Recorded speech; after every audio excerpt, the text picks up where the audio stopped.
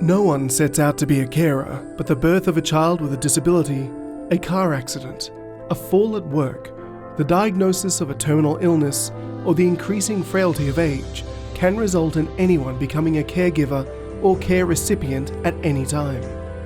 For 30 years now, Carers NT has operated as a non-for-profit community-based organisation and registered charity supporting thousands of unpaid carers and their families, who are dedicated to improving the lives of the estimated 30,000 family carers living in the Northern Territory.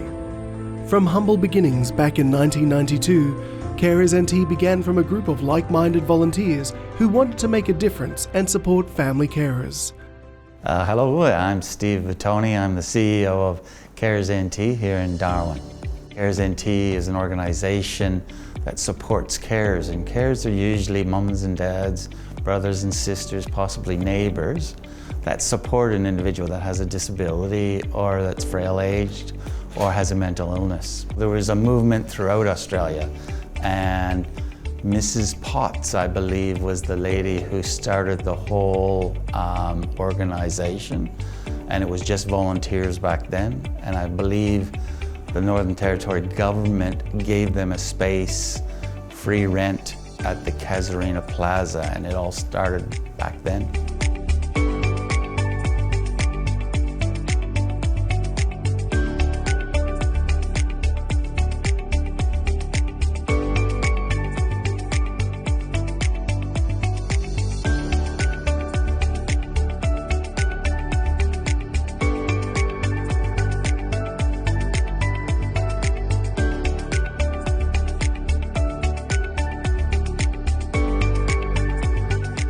Over the last 30 years, Carers NT has grown to one of the Northern Territory's leading community organisations, supporting family carers, the aged and those with a disability. Caring may include help and support with any of the daily activities of living of the person being cared for. It may include physical and personal care such as dressing, lifting, showering, toileting, feeding, or providing transport. Carers are usually responsible for the management of medications and also provide emotional and social support. Caring may also involve help with organising and attending appointments, banking and dealing with emergencies. Carers NT head office is at Harry's Place in Darwin, but they have offices located in Humpty Doo, Nhulunbuy, Katherine, Alice Springs and Ramingining. Carers NT is important because it supports individuals that are struggling with their caring role. A lot of carers have 24/7 support. They have very challenging lives at times, up and down at night, getting medication, supporting and working through NDIS and the aged care system. None of that stuff is easy. So we're there to support them and hopefully make their caring journey that much more better. For carers, we have respite, we have information, we have peer support, we have camps out rural, remote.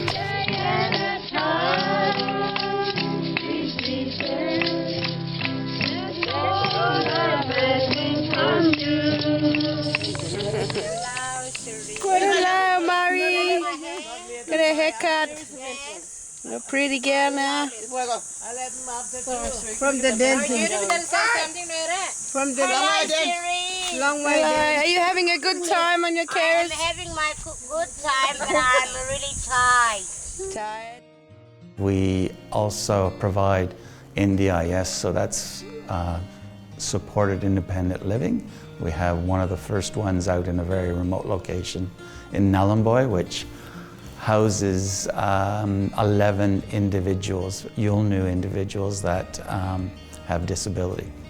A colleague of mine said, you know, there's this fellow that wants to go back to Nhulunbuy.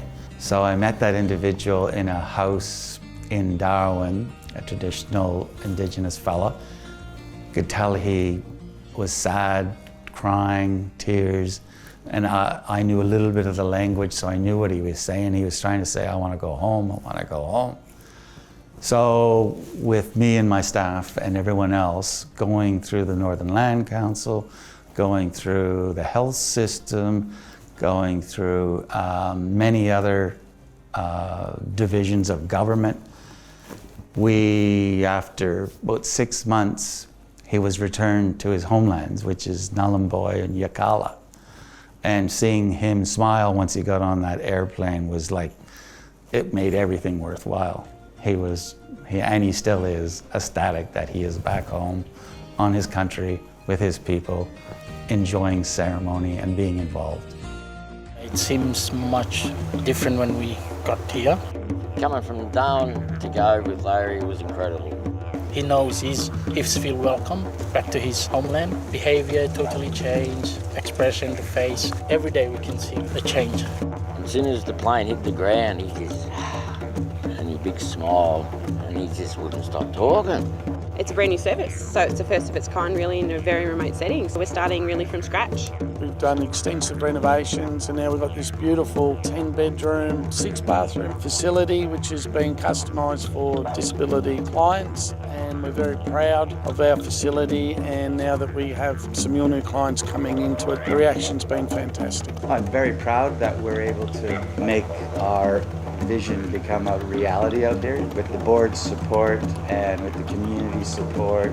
So I'm training at the moment. I'm like a support worker, caregiver, look after elderly and disabled people. Anyone that's young and passionate about caring for people, it's really good. I love this work. I've always wanted to give back to my community and to my people.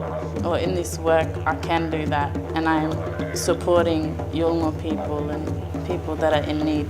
Still being able to facilitate and assist the participants to attend cultural events, be able to go back out to the homeland. That's the really important difference here. The people of East Arnhem Land have a choice now and not have to go to Darwin. They can stay on their country. My name is Emosi. Currently employed here in Carers NT, working with 5 of the clients that we work with, all Yolngu and 1 Balanda. And yeah, we just support independent support living, helping them with everything that they need daily, and whatever they need, whatever they want to do or wherever they want to go. We're always here to assist them with all their needs. Every time we start a shift, if you're doing morning, you start at 6 a.m. You come in, wait for the clients to wake up, you make them breakfast, assist them with all their personal care, their medication, and then we have our always taking them out on trips and stuff like that, out bush, and then we just go out fishing sometimes. Just go in the car, prepare lunch, go out, and yeah, just have a fun day. It definitely takes a person that has a lot of patience, endurance, to actually be able to do this kind of work, because the clients or whoever is that we're looking after may not be 100%, and like I said, they can be a good today, and the next day they could be a totally different person. And I definitely believe that everyone has the ability to do this work, but yeah, it just takes a little bit extra of patience and endurance to do this work, yeah. Hello, my name is Therapeutic. I work here at Therapeutic. I enjoy in this job. I help all the clients here. We help them, giving them shower and cleaning all the rooms, shower and breakfast. Woolagi House is an innovative aged care precinct developed by Carers NT that incorporates the best sensory garden in the Northern Territory. Sensory gardens are designed to stimulate the senses through the use of various plants, textures, and colours. They are becoming increasingly popular as a therapeutic tool for older adults.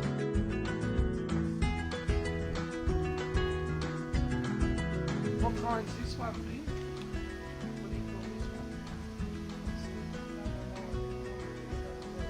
Same. Does it flower, this one? Or just ornamental?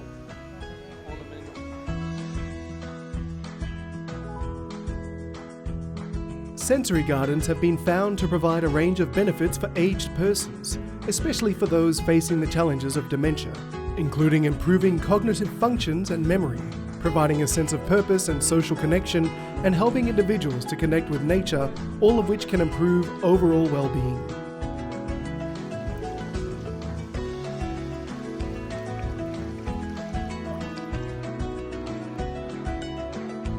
The gardening expert at the Carers NT Wallagi House Sensory Garden is 91-year-old Mr. Vincenzo DeSantis. Vincenzo, or Vinny as he is affectionately known, is very much still an active and avid gardener who brings his 70-plus years of gardening knowledge and experience with him every day. They get beautiful flower. I think the next couple of months they'll be flowering again. All this creeper.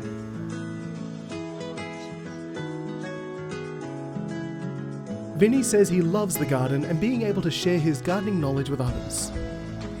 From all the team at Carers NT, we say a big thank you to Mr. Vincenzo DeSantis.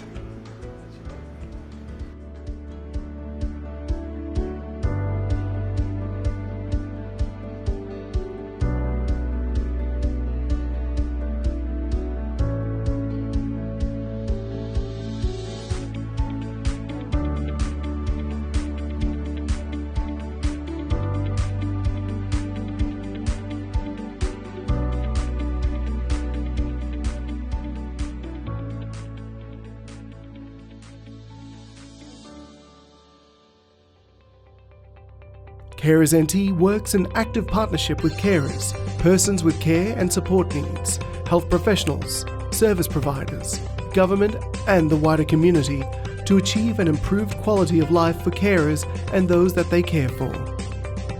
We need more rest in ourselves because when we are here, it's too much in like taking responsibility for the whole house and mostly the children and make sure everything is to be done because at bush you find it more easier. That's why we find ourselves just like we're relaxing and do what we want to do. Here's Mari plucking the duck. Mari plucking the duck. And Lorna, where's your duck, Lorna? Celesta plucking duck. Pluck a duck, pluck a duck. Pluck a duck, pluck a duck.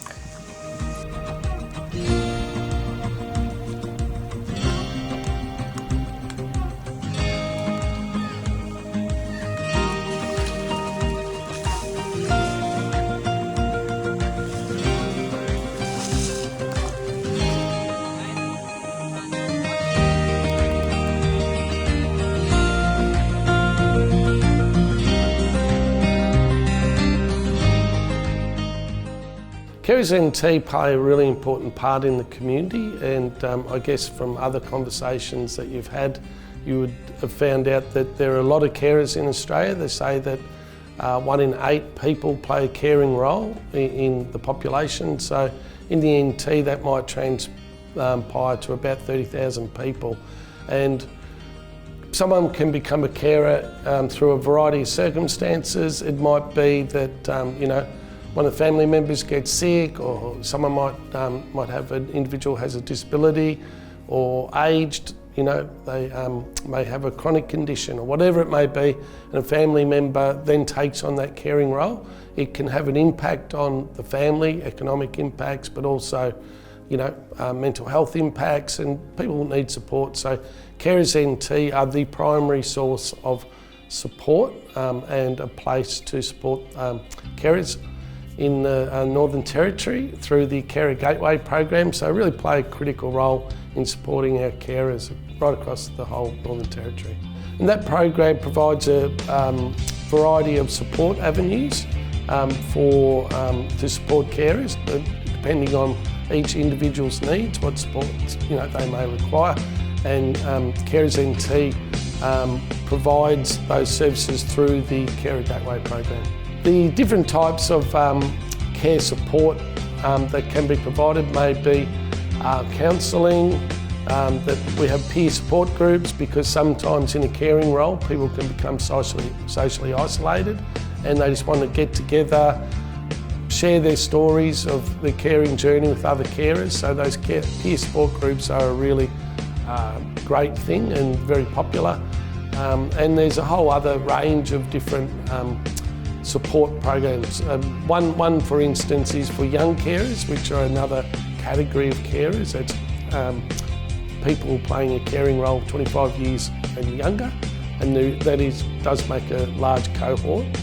And we have a bursary program which can provide some financial assistance for them to study. So whilst in their caring role, they may want to pursue studying and getting some qualifications to advance their career and work opportunities, things like that. Aboriginal and Torres Strait Islander carers living in regional, rural and remote areas often experience additional challenges for those in a caring role, such as language and cultural barriers, geographic barriers in accessing health and welfare services, and may face barriers to health literacy. Aboriginal and/or Torres Strait Islander peoples with a disability can experience ongoing distress without access to culturally appropriate supports to deal with significant issues, including trauma, grief and loss, physical and emotional abuse, cultural disconnection, family violence, and suicide. To address this, Carers NT has developed models of care, supports and services in a culturally informed way. This ensures that cultural needs are met and that clients connect with Carers NT in a culturally safe and appropriate manner. Well, many years ago, we were talking to some of the traditional owners and they were saying, it's nice, we want to get a break from the community. And we kept on the conversation, well, what does that look like? And they basically said, just to get out of the community, go 40, 50 kilometers on our land, and we set up camp there. And we don't get the humbug, we get away, we do traditional activities. And so we were able to facilitate that. And it's been very successful. Many communities have taken full advantage. We've actually even left troupies in communities and they've done it themselves. Yeah, it's been spectacular and one of our highlights of the organization. We set up camp and then within that day they start doing activities, fishing, hunting, gathering some pandanus for weaving and stuff. So yeah, it's a really good activity, but which comes with risk also, crocodiles, fires. You always have to be on your toes.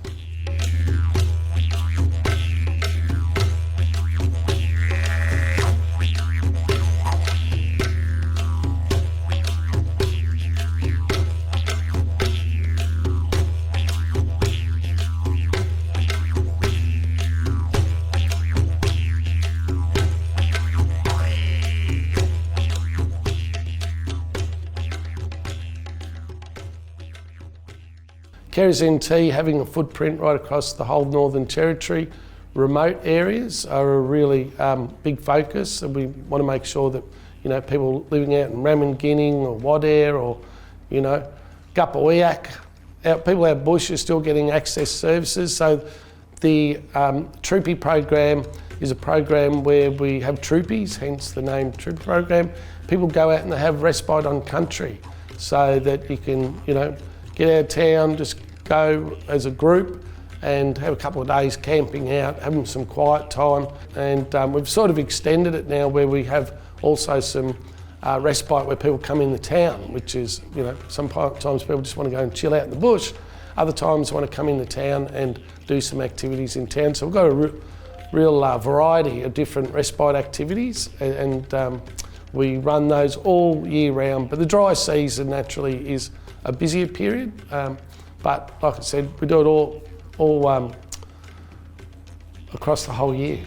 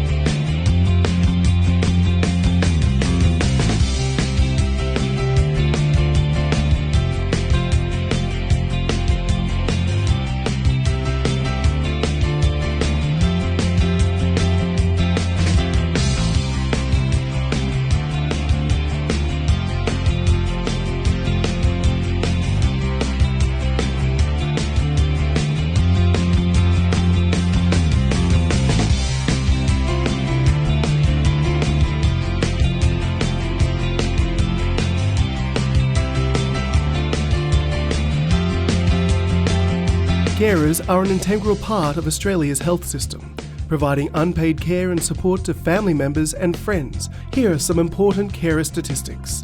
There are over 2.65 million carers across Australia, and around 30,000 people in the Northern Territory are providing informal carer roles. Carers make up nearly 11% of Australia's population. Around 861,000 carers are primary carers, those who provide the most informal support to a family member or friend. 7 out of 10 primary carers are women. The average age of a carer is 54. 1 in 11 carers are under the age of 25. 1/3 of primary carers provide 40 hours or more of unpaid care per week. More than half of primary carers provide care for at least 20 hours per week. It's grown a lot over those 30 years, basically from volunteers, and then they, had a executive officer and a few staff, and 30 years later we're 100 plus staff, multiple locations, multiple program delivery.